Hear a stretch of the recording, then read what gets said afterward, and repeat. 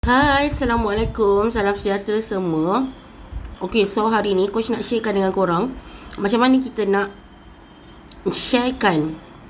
Okay, sharekan apa? Sharekan macam marketing ke group. Okay, marketing ke group untuk tiada button apa? Tiada bukan button lah. Okay, tiada ayat forwarded macam ni. Okay, tiada ayat forwarded macam ni.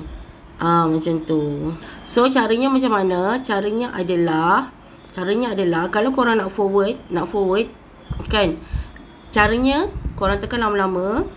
Okey, dah tekan lama-lama macam ni, korang tekan ke titik 3 ni.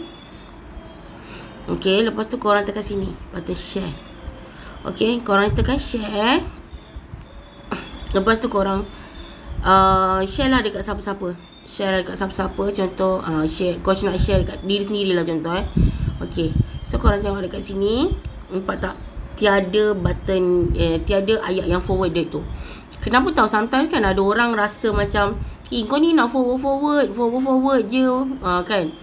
Kalau macam ni orang akan macam dia sendiri yang up kan.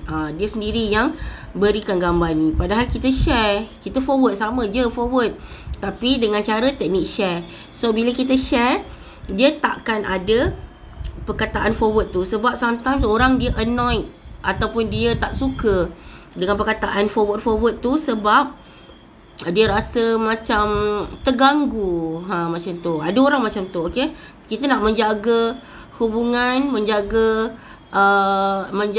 energi kita kan, supaya orang tak menghantar energi negatif pada kita kan, mendoakan benda-benda yang bukan-bukan. Jadi kita cuba untuk bahagiakan semua orang. Okay, so itu sahaja. Kalau ada tak faham nanti tolong tanya coach. Okay, coach minta maaf suara coach tak berapa elok, tapi boleh lah Okay, harap korang faham. Kalau tak faham tolong tanya. Okay, itu sahaja. Bye. Assalamualaikum.